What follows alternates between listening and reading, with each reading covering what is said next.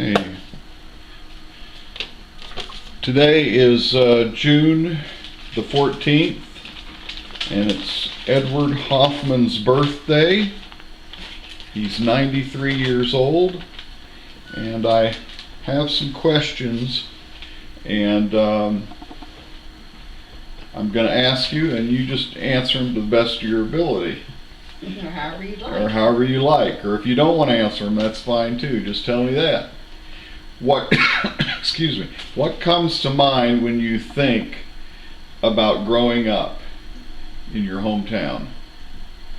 Well, I didn't stay there long enough to know much about it because I was born in North Dakota and my parents had come from Illinois.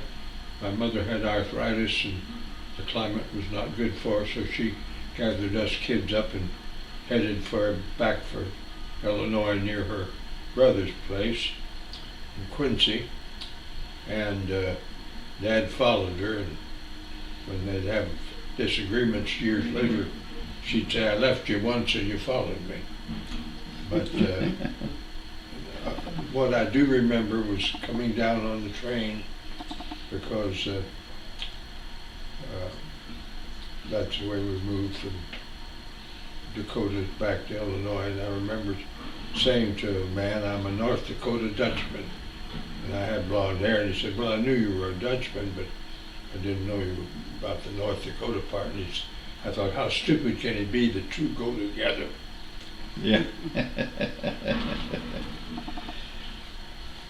What did you love to do as a kid before high school? Well, it's a little hard to remember that far back. I lived in a little community outside of the city, or county seat, and we had one little store there across from the 3-room country school with 3 teachers, all women. But they did a great job because when we went to high school, we were usually up at the head of the list. We were so well prepared. We didn't have many recreational activities, so we just spent our time studying. What was the question again? And well, that's good. Yeah. What did you love to do as a kid before high school? Well, I enjoyed going to school. I always enjoyed making speeches or talking. That came native to me. Right, and that goes into the next question. What did you love to do in high school? Well, in high school I played football, and I also was president of my class. While I was there, I decided I wasn't a very good person. My girlfriend quit me because I was mean to her, and I was a smart aleck, and so I was out plowing, and when I was 17, and I thought, "Ed, you need to change your life. You're not a good person." So I decided to go to church the next Sunday morning.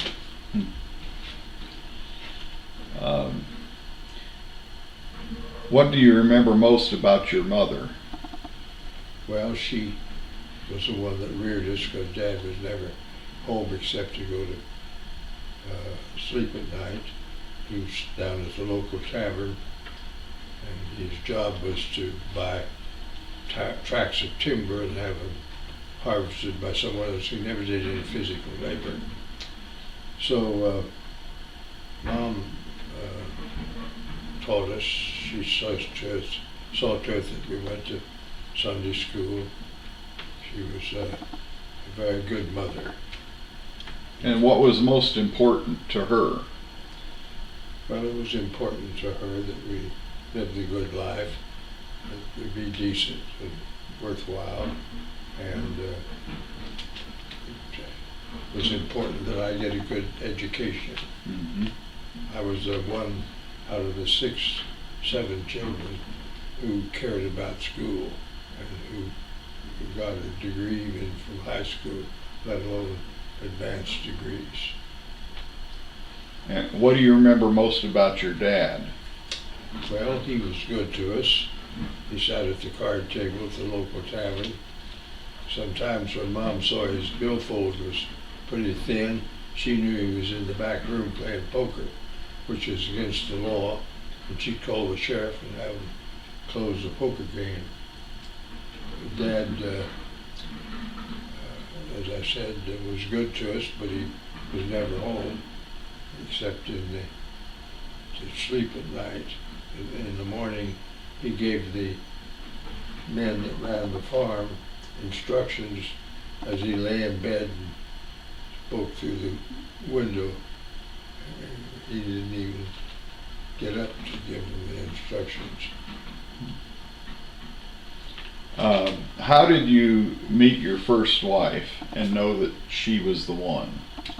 Well, we had a youth gathering at a campground. 1,000 Methodist young people would get together for a week in the summer. And I saw this girl over the way with beautiful black hair and blue eyes. But I never got close to her. I just waved at her and she'd wave at me. Some years later, when I was a junior in college, she came over to the campus. She was still in high school.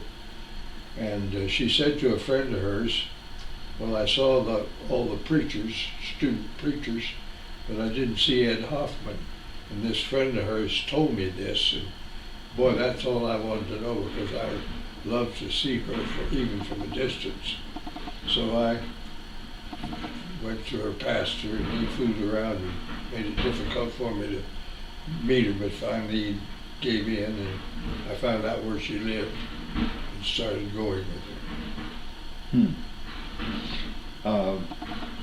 How did you meet your second wife and know she was the one? Well, she was a member of my church.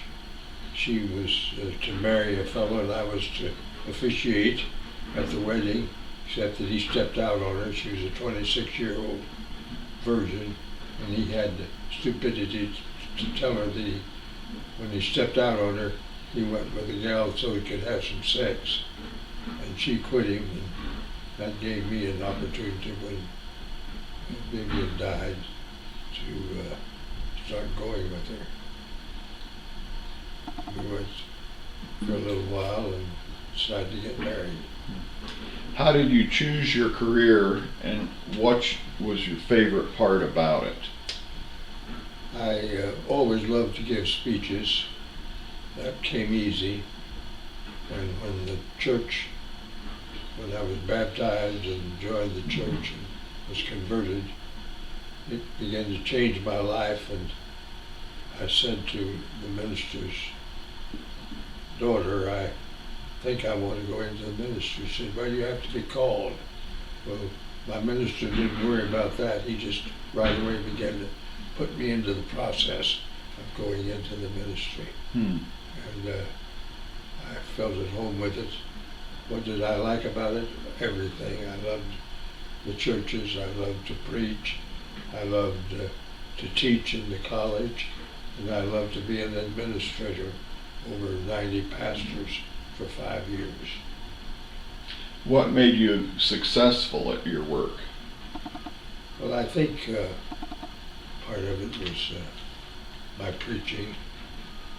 More than that, I went out and called on people, called on the sick, and around in ministry, but I think my preaching was the main thing. New people for the church. What did you believe about yourself that helped you become successful and deal with hard times? Well, that's a difficult question. Yeah, it is. I believe that I could move people, cause them to find their life changed by Christ, and